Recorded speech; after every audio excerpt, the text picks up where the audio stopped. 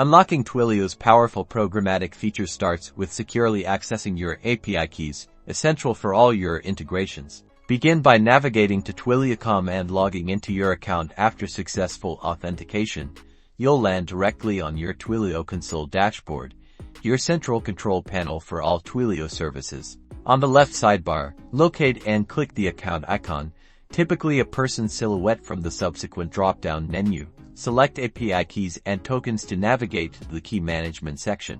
On the API keys page, click the Create New API Key button. A prompt will appear first.